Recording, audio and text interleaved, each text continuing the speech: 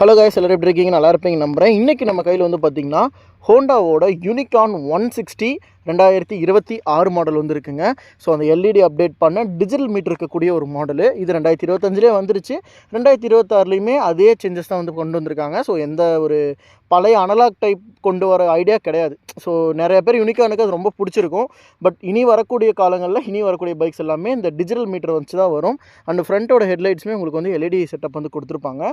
இந்த வீடியோ ஃபுல்லாகவே இந்த வண்டியோடைய ஒரு ஆன் ரோட் விலை எவ்வளோ, யாரெல்லாம் சூஸ் பண்ணலாம், என்ன மைலேஜ் கிடைக்குது, அண்ட் எவ்வளோ வந்து இதோடைய விலை, உதாரணத்துக்கு யாரெல்லாம் சூஸ் பண்ணலாம் அப்படிங்கிற மாதிரி எல்லாத்தையுமே இந்த ஒரு ஷார்ட் ரிவ்யூவில் நான் வந்து உங்களுக்கு டிஸ்கஸ் பண்ணலாம். ஸோ இந்த வீடியோ ஃபுல்லாக பாருங்கள். யூனிகார்ன் எடுக்கலாமா வேணாமான்னு நினைக்கிற நிறைய பேருக்கு, ஒரு கன்ஃபியூஸ்டாக இருக்கவங்களுக்கு கண்டிப்பாக இந்த வீடியோ ஒரு பெஸ்ட் ஆப்ஷனாக இருக்கும். ஸோ ஃபஸ்ட்டு என்ஜின்லேருந்து ஆரம்பிச்சிருவோம். ஒரு ப்ரூவன்டு 160cc ஒரே ஒருத்தர் 2004 ஹோண்டாவில் 150cc யூனிகார்னோட என்ஜின். யூனிகார்ன் தான் ஃபஸ்ட்டு ஸ்டார்ட் பண்ணாங்க, அதுக்கப்புறம் தான் ஷைனுங்கிறது வந்துச்சு.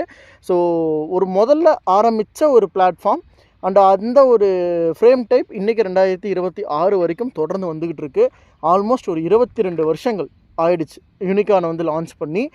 ஒரு மோனோஷாக் ரியரில் சஸ்பென்ஷன், ஃப்ரண்ட்டில் சிம்பிளான டெலஸ்கோபிக் சஸ்பென்ஷன், நல்ல கம்ஃபர்ட்டான ஒரு சீட்டு, கம்ஃபர்ட்டான ஒரு பொசிஷன், ரொம்ப கம்ஃபர்ட்டான ஹேண்டில் பாருமே கூட. ஸோ எல்லாமே ரொம்ப கம்ஃபர்ட்டாக இருக்கும். அதுக்கேற்ற மாதிரியான ரொம்ப சாஃப்டாக ரொம்ப ஸ்மூத்தாக ரன் ஆகக்கூடிய ஒரு என்ஜின் டைப். இது வந்து 2020க்கு அப்புறமேட்டு ஒரு 160cc அப்கிரேட் பண்ணிட்டாங்க. பட் ஸ்டில் ஒரு மைலேஜ் அளவுலேயும் சரி, மற்ற 160cc கேட்டகரி கம்பேர் பண்ணும்போது கூட இந்த யூனிகார்ன் இன்றைக்கி ஒரு பெஸ்ட்டு மைலேஜ் சர்வீஸ் வந்து கொடுக்குது. ஸோ மைலேஜ் ஆஸ்பெக்ட்ஸில் பார்க்கும்போது இன்றைக்கி ஆன் ரோட் ஒரு 52லேருந்து 55 வரைக்கும் நிறைய பேருக்கு கன்சிஸ்டன்ட் மைலேஜ் கிடைக்குதுங்க. சில பேர் 45 கிடைக்குதுன்னு சொல்கிறாங்க.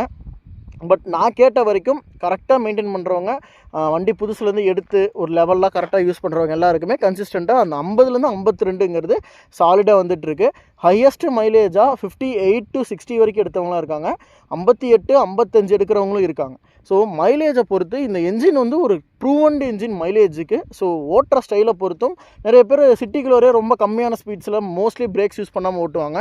அவங்க எல்லாருக்குமே 55 எபோவ் மைலேஜ் கிடைக்கிது. ரேஷ் டிரைவிங் பண்ணுறவங்களுக்குமே கூட ஒரு கிட்டத்தட்ட ஒரு 180 க்ரூஸ் பண்ணுறவங்களுக்கு கூட ஒஸ்ட் மைலேஜாக 48 வரைக்கும் கூட கிடைக்குதுங்க. ஸோ மைலேஜ் லெவலில் ஒரு ப்ரூவன்டு என்ஜின் யூனிகார்னுக்கு நிறைய ஃபேன் பேஸ் இருக்குது. எப்படி இந்த என்ஜின் இவ்வளோ அச்சீவ் பண்ணுதுங்கிறது சத்தியமாக யாருக்குமே புரியல. ஸோ இந்த என்ஜினுடைய ஒரு அப்கிரேடட் வெர்ஷன் தான் நீங்கள் இப்போ ஹார்னெட்டில் பார்க்கக்கூடிய, என்எக்ஸில் பார்க்கக்கூடிய அந்த 184cc என்ஜின். சிம்பிளாக இதை விட ஒரு 20cc மட்டும் ஜாஸ்தி, மற்றபடி சேம் அந்த ஒரு ஹெட்டு டைப் மட்டும்தான் உங்களுக்கு மாறும். என்ஜினுடைய அந்த பாடி எல்லாமே வந்து கம்ப்ளீட்லி ரெண்டுக்குமே ஒரே மாதிரி தான் கொடுத்துருப்பாங்க. ஹோண்டாவுக்கே உரித்தான ஒரு ஆயில் இன்ஜெக்டட் சிஸ்டம் என்ஜின் தான் இது. எப்படின்னா எந்த ஒரு கூலிங் சிஸ்டமும் கொடுத்துருக்க மாட்டாங்க. பிஸ்டனில் ஒரு இன்ஜெக்டர் இருக்கும். அந்த இன்ஜெக்டர் வழியாக பிஸ்டனுக்குள்ளே ஆயிலை வந்து தெளிச்சிட்டே இருக்கும். ஸோ அதனால் உங்களுக்கு லாங் டிரைவுக்கு நல்லாயிருக்கும், சிட்டி யூஸ்க்கு நல்லாயிருக்கும். அவ்வளோவா ஹீட்டை நீங்கள் வந்து கண்டிப்பாக எக்ஸ்பெக்ட் பண்ண மாட்டீங்க. ஏன்னா இப்போ ஹோண்டா CB350லையும் இந்த டெக்னாலஜி யூஸ் பண்ணுறாங்க, உங்களுக்கு SP125லையும் அதே டெக்னாலஜி தான் யூஸ் பண்ணுறாங்க.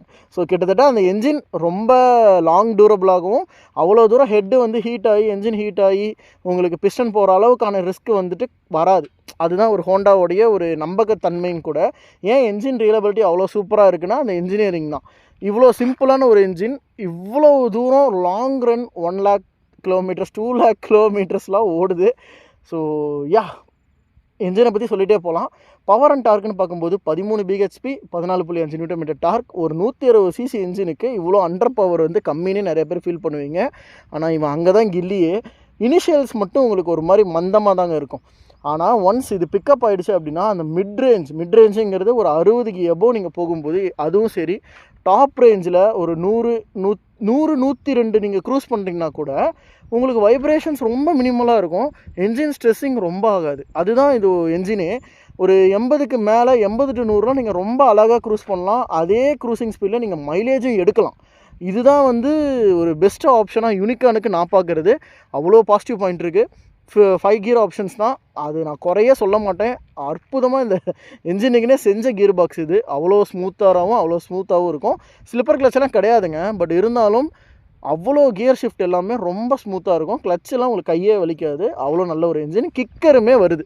ஓகேவா, 125cc 110cc கூட கிக்கர் பார்க்க முடியல சில பைக்ஸில்.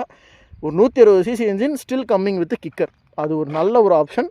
பாடி டைப்பில் எந்த மாற்றங்களும் இல்லை. அந்த பழைய யூனிகானுடைய சில்வர் கலர் அப்படியே கொண்டு வந்திருக்காங்க. நான் கொண்டு வந்தது சில்வர் கலர் தான். ஃப்ரண்ட்டில் வந்து டிஸ்க் பிரேக் வரும், single channel ABS, 18 inches wheel size, 90க்கு 100 MRF TVS Eurogrip tyre கொடுத்துருக்காங்க. எம்ஆர்எஃப் கொடுக்கல. ரியரில் பார்த்தீங்கனாலும் அதே யூரோ குரூப் டயர், 100க்கு 90 டயர், 18 இன்ச்சஸ் வீல் சைஸ், பின்னாடி ட்ரம் பிரேக்கு, மோனோஸ்டெக் சஸ்பென்ஷனோட வரும். ஃப்ரண்ட்டில் வந்து டெலஸ்கோபிக் சஸ்பென்ஷனோட வரும். இது எல்லாருக்குமே தெரிஞ்சது தான். ரொம்ப சிம்பிள். பின்னாடி வந்து ரொம்ப சாஃப்டராகவும் நல்லா கம்ஃபர்டபுளாகவும் இருக்கும். அதுக்கேற்ற மாதிரி நல்லா குண்டான சீட்டு வந்து கொடுத்துருப்பாங்க. ரியரோட டேஞ்சர் லைட் பார்க்கும்போது சரி, இண்டிகேட்டர் பார்க்கும்போது சரி, இந்த செட்டப்பில் இருக்கக்கூடியதில் ஹெட்லைட் மட்டும்தாங்க எல்இடி, மற்ற எல்லாமே உங்களுக்கு ஹாலஜன் பல்பில் தான் வரக்கூடியது. லுக்ஸ்லையும் சரி, டிசைன்லேயும் சரி, அந்த மாற்றங்கள் எதுவுமே அவங்க கொடுக்கல. யூனிகான் அப்படிங்கிற ஸ்டிக்கரிங் இங்கேயும், ஹோண்டா அப்படிங்கிற பேட்ச் டேங்க்லேயும் கொடுத்துருக்காங்க. ஒரு 13 லிட்டருக்கான மெட்டல் டேங்க்கு கிளிட்டரிங் பெயிண்ட்டோடு வரும். உங்களுக்கு தெரியுதா, வெயிலில் கிளிட்டர் ஆகுது, ஒரு மாதிரி மின்னும் பெயிண்ட்டு. அது ரொம்ப நல்லாயிருக்கு. இதுலேயும் சரி, பிளாக்லேயும் சரி ரொம்ப நல்லாயிருக்கும். ரெட் கலரும் வருது. ரெட் கலருமே வரக்கூடியது. ரெட்டு, கிரே, அதே மாதிரி உங்களுக்கு பிளாக், 3 கலர் ஆப்ஷன்ஸில் வருதுங்க. ஸோ இதோட சீட்ஸை பொறுத்த வரைக்குமே கூட உங்களுக்கு சீட்ஸ் வந்து நல்ல கம்ஃபர்டபுள் சீட் தான். பட் என்னென்னா கொஞ்சம் ஸ்பாஞ்ச் மட்டும் சாஃப்டாக இருக்காமல் லைட்டாக ஹார்டாக இருக்கும். மேலே ஒரு சீட் கவரை போட்டிங்கன்னு வச்சுக்கோங்களேன், சும்மா ஜம்முன்னு சோஃபா மாதிரி இருக்கும். அப்படியே சைட் ப்ரொஃபைல் பார்க்கும்போது உங்களுக்கு என்ஜினோட ப்ரொஃபைல்ஸ் லிட்டரலி அந்த 160cc கன்வெர்ட் ஆனதுக்கப்புறம் இதே டிசைன் தான் மெயிட் பண்ணிகிட்ருக்காங்க. முன்னாடி வந்துட்டு கியர் லிவர் வந்து டபுள் சைடு வரும், பட் இப்போ வந்து சிங்கிள் சைடு லிவர்ஸ் தான் இருக்கும். பட் இதில் ஒரு எக்ஸ்ட்ரா ஃபிட்டிங் கொடுத்து நீங்கள் டபுள் சைடு லிவராகவும் ஃபிட் பண்ணிக்க முடியும். யூனிகானில் அந்த ப்ரொஃபஷன் இருக்குது. ஓகேவா? ஸோ வண்டியோட லுக்ஸும் அந்த சைட் ப்ரொஃபைல்ஸ் வித் சாரி கார்டோட ஸ்டில் ஒரு ஃபேமிலி ஆப்ஷன்ஸ், ஒரு லாங் ரைட் ப்ளஸ் வந்து ஒரு காலேஜ் ஆப்ஷன்ஸ் யூஸ் பண்ணலாம், டெய்லி ஒர்க்கிங் லைஃப்க்கு யூஸ் பண்ணலாம், நீங்கள் டிராஃபிக்கில் ஓட்டலாம், அப்பப்போ வீக்கெண்ட் ஆனால் லாங் ரைட் போகலாம். மைலேஜ் கன்சிஸ்டண்ட்டாக ஒரு 50-52 லிட்டர் கொடுத்துட்டே இருக்கும். இதை விட என்னங்க வேணும் வண்டிக்கு? டிசைன், எனக்கு டிசைன் மட்டும்தான்டா. எனக்கு பழைய டிசைனாக ஐ டோன்ட் லைக் பழைய டிசைன் நினைக்கிறவங்க இந்த வண்டி பக்கமே வராதிங்க. உண்மையான வண்டியை ரசிக்கிறவங்களுக்கு யூனிகான் எப்படிப்பட்ட வண்டிங்கிறது எல்லாருக்குமே தெரியும். என்னோடய பெரிய ஃபேவரட்டான ஒரு பைக். இதோட கன்சோல் நிறைய பேரை ஏற்றுக்க முடியல அப்படின்னாலும் இது வந்து நல்லாயிருக்கு. எனக்கு தெரிஞ்சு குறை சொல்கிற மாதிரி சத்தியமாக இல்லை. ஏன்னா இந்த கன்சோல் அடிக்குவேட்டாக எனக்கு நிறைய விஷயங்கள் வந்து இருக்குங்க. எப்படின்னு பார்த்தீங்கன்னா, இங்கே ஒரு நியூட்ரல் இண்டிகேஷன்ஸ், டாக்கோமீட்டர், ஸ்பீடோமீட்டர் எல்லாமே வந்துடுது. ஃபியூல் காஜ் இண்டிகேஷன்ஸும் வந்துடுதுங்க. ஓடோ, ட்ரிப் 1, ட்ரிப் 2 2 இது வந்து ஒரு பட்டன்லேயும், இன்னொரு பட்டனில் வந்து பார்த்திங்கன்னா உங்களுக்கு ஆவரேஜாக கிலோமீட்டர் பர் லிட்டர், வண்டி வந்து எவ்வளோ ரேஞ்சு, ஆவரேஜ் கிலோமீட்டர்ஸ் எல்லாத்தையுமே 2 பட்டன்ஸில் கொடுத்துருக்காங்க. ஸோ இது ஒரு நல்ல ஆப்ஷன்ஸாக இருக்குது எனக்கு தெரிஞ்சு. ஸோ இதுக்கு முன்னாடி ஒரு நல்ல ஒரு அனலாக் டைப் கொடுத்துருந்தாலும் இந்த டிஜிட்டல் மீட்டரில் அடிக்குவேட் ஃபியூச்சர்ஸ் கொடுத்து நிறைய இன்ஃபர்மேட்டிவாக கொடுத்துருக்கிறதும் நல்லாயிருக்கு. அண்டு சுவிச்சஸ் ஒரு டைப் பழைய அதே டைப் தான். ஸோ உங்களுக்கு ஆன் பண்ணி காட்டிடுறேன். சத்தம் வருதா அப்படின்ற ஒரு கேள்வி வந்து கேட்பீங்க. அந்தளவுக்கு ரொம்ப ஸ்மூத்தாக இருக்குது சவுண்டு. கேட்குதாங்க சவுண்டு?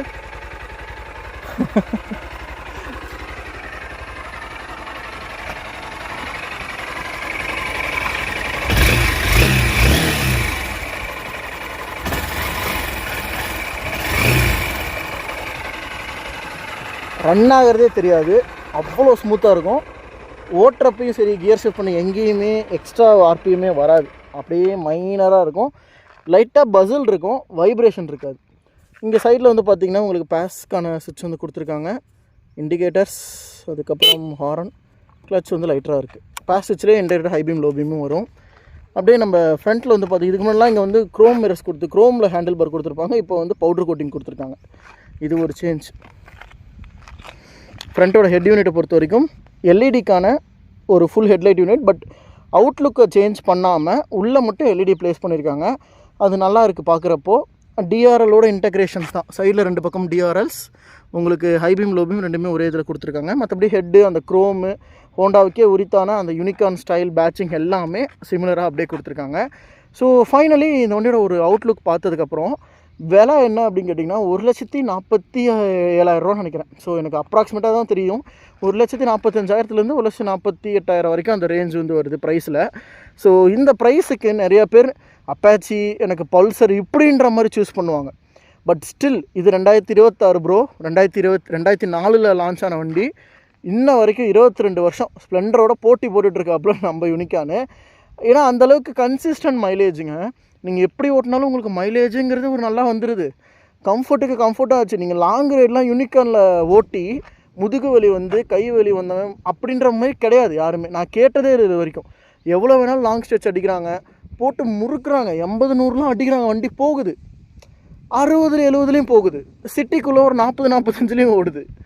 எப்படி ஓட்டினாலும் எனக்கு ஒரு மைலேஜுங்கிறது 50 52 வருது. இதை விட என்ன வேணும் ஒரு வண்டிக்கு? ப்ராக்டிக்கலாக நான் சொல்கிறேன், ப்ராக்டிக்கலாக பார்க்கும்போது இது எல்லாமே யூனிகார்னுக்கு பாசிட்டிவ். நெகட்டிவே இல்லையா ப்ரோ? கண்டிப்பாக இருக்குங்க. என்ஜினில் ஹெட்டுலேருந்து ஆயில் கேஸ்கெட் லீக் ஆகும். சில பேருக்கு என்ஜினில் கொஞ்ச நாள் ஆனதுக்கப்புறம் அந்த டிக் டிக்னு ஒரு சவுண்டு வரும். பட் அதெல்லாம் வந்து சரி பண்ணிக்கலாம். ஸ்பேரே ரொம்ப என்ஜினே வந்து பிளாக் ஆகி நிற்குமோ ப்ரோ, எங்கேயாவது என்னை கொண்டு போய் நிறுத்திடுமாங்கிற பயம்லாம் உங்களுக்கு வராது. எல்லாம் சின்ன சின்ன விஷயங்கள் வரும். வாரண்ட்டி பீரியட் 8 வருஷம் 6 இயர்ஸுங்கிற மாதிரி அவங்கெல்லாம் கொடுத்துட்ருக்காங்க. ஸோ கரெக்டான ஒரு ஆயில் சேஞ்ச், கரெக்டான மெயின்டெனன்ஸ் பண்ணிகிட்டு இருக்கவங்களுக்கு ஸ்டில் ஒரு குட் லுக்கிங். ஒரு கட்டத்துக்கு மேலே போக போக உங்களுக்கு செலவு வைக்காதுங்க. இந்த இன்ஜின் நிறையா செலவு வைக்காது, எதையும் மாற்ற தேவையில்லை, ஸ்பேர்ஸ் அவ்வளோ சீக்கிரம் போகாது யூனிகார்னை பொறுத்த வரைக்கும். ஸோ இதெல்லாம் ஒரு யூனிகார்னுக்கு ஒரு பெரிய பாசிட்டிவ் பாயிண்ட்டாக தான் நான் பார்க்குறது. இதுக்கு முன்னாடி ஹேலஜன்ஸ் மட்டமாக இருக்கும், எல்ஐடி இப்பயும் மட்டமாக தான் இருக்குது. பட் முன்னே இருந்த ஹேலஜன் அளவுக்கு இல்லாமல் கொஞ்சம் பிரைட்னஸாக இருக்கும், இவ்வளோ தான். ஸோ ஒரு 1,40,000 இருக்கும்போது இந்த வண்டியோட வேல்யூ அப்படிங்கிறது ரொம்பவே அதிகம். செகண்ட் ஹேண்ட் மார்க்கெட்டில் யூனிகார்னோட வேல்யூங்கிறது ஜாஸ்தி, நிறைய பேருக்கு தெரியாது. பட் யூனிகார்னுங்கிறதுக்கு நல்ல மார்க்கெட் இருக்கக்கூடிய ஒரு வண்டி தான். ஸோ யூஸ்டு மார்க்கெட்லேயும் ஒரு நல்ல ஒரு வேல்யூ இருக்க வேல்யூபிள் மிஷின் இது. ஸ்பேர்ஸ் நிறைய கடையில் அவைலபிளாக இருக்கும், எல்லா கடையிலுமே கிடைக்கக்கூடிய ஸ்பேர். ஸ்ப்ளெண்டருக்கு எந்த அளவுக்கு ஸ்பேர் இருக்குமோ யூனிகார்னுக்கும் அதே அளவுக்கு ஸ்பேர்ஸ் வந்து வெளியில் கிடைக்குங்க. ஸோ ஓவராலாக பார்க்கும்போது ஒரு பெஸ்ட் அண்ட் ஆல் கிளாஸ் ஒரு பைக்குங்க. ஸோ மைலேஜுமே ஆவரேஜாக 50 வச்சுக்கோங்க, 50 52ங்கிறது ஒரு ஆவரேஜ் மைலேஜ். ஸோ உங்களுக்கு இந்த வீடியோஸ் பிடிச்சிருக்கும் நம்புறேன். தொடர்ந்து நம்ம சேனலையும் நிறைய வீடியோஸ் வந்துட்டுருக்கோம். நம்ம சேனலை பொறுத்த வரைக்கும் சப்ஸ்கிரைப் பண்ணி சப்போர்ட் பண்ணுங்கள். யூனிகார்னோட டெஸ்ட் ட்ரைவில் நான் உங்க எல்லாத்தையும் மீட் பண்ணுறேன். ஸோ தேங்க்ஸ் ஃபார் வாட்சிங். Take care and bye.